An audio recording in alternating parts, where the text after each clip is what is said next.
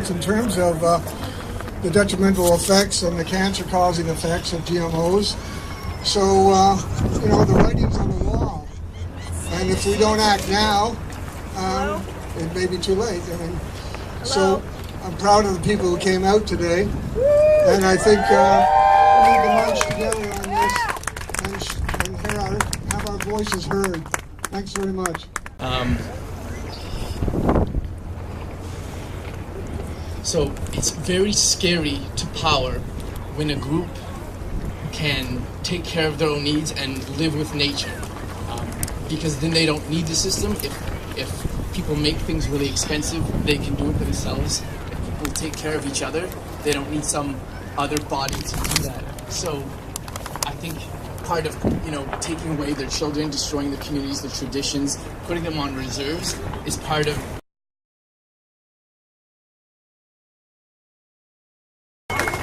I am the Mrs. Wolfe from our half-acre homestead.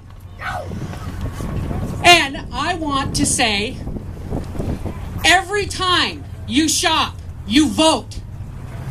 Yep. We deserve to know what is in our food. Yep.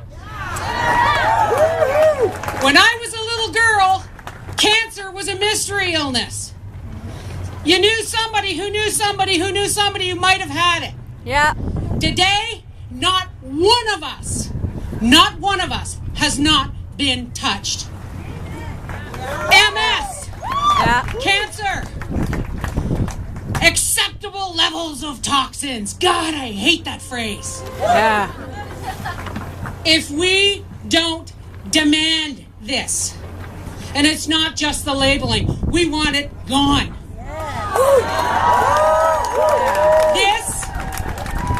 This can be done. Don't let them tell you that GMO is a proper way for feeding the hungry. That is garbage, along with the food. Okay? Yeah. Don't let them tell you. You, me, we all have the right to healthy food. We have a right to know what's in our food. Okay? So, the next time you go to the grocery store, what are you going to do? Read the label. And if it doesn't make any sense, or the words are too big to pronounce, put it back. Yeah. Okay? Put it back. I want to know why millions and millions of pounds of pesticides and herbicides are being dropped on our soil every day.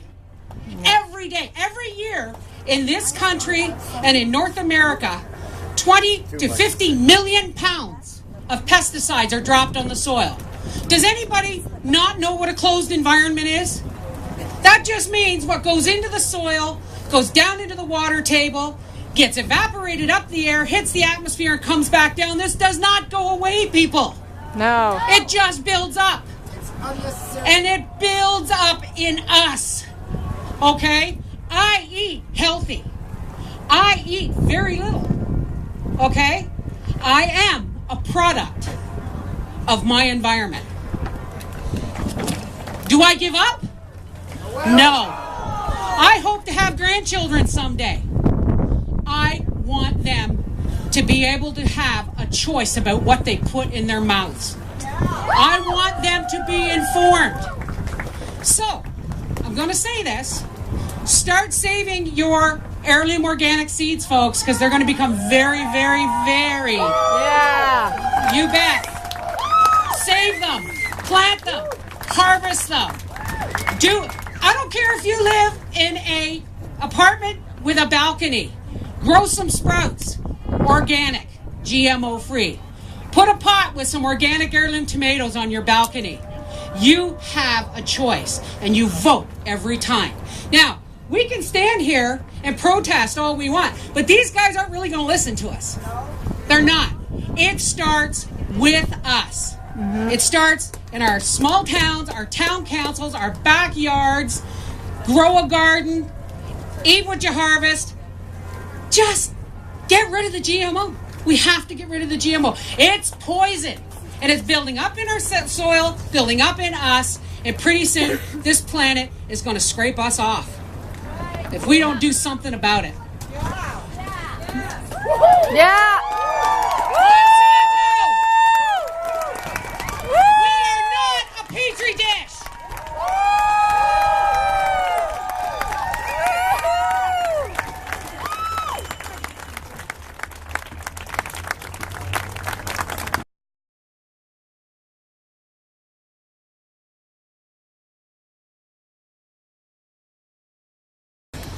Atta girl. This GMO could really cause death and cancer, so I think that the government should stop allowing things for death and cancer.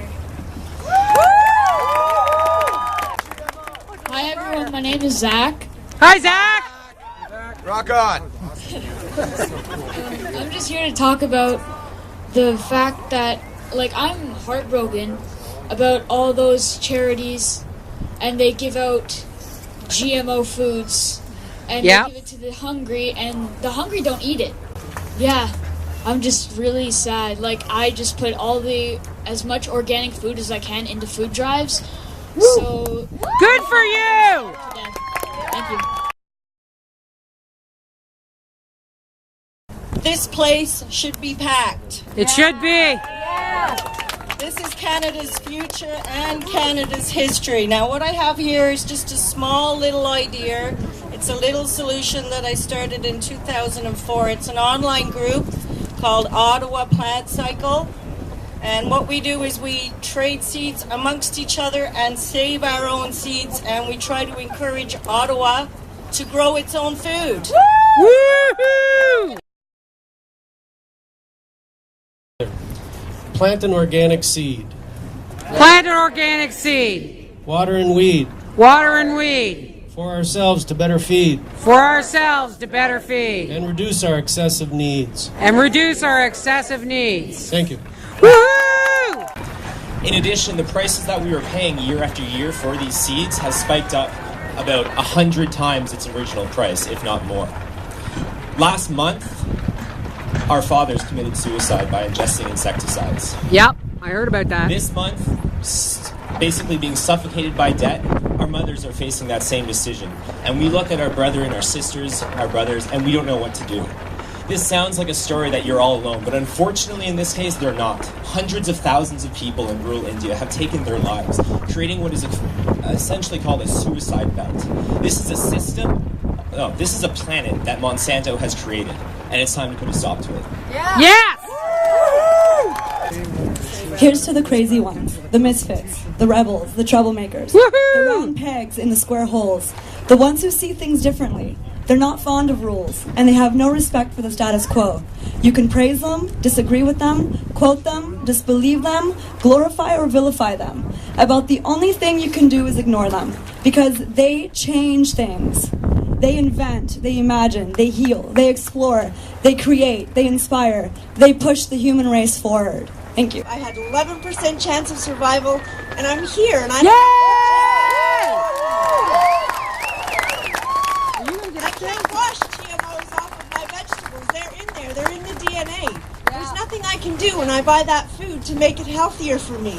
I don't want it, and I want the choice. I want to know where it is. I want it labeled at the very, very least. Preferably ban it outright. I don't even want Yeah!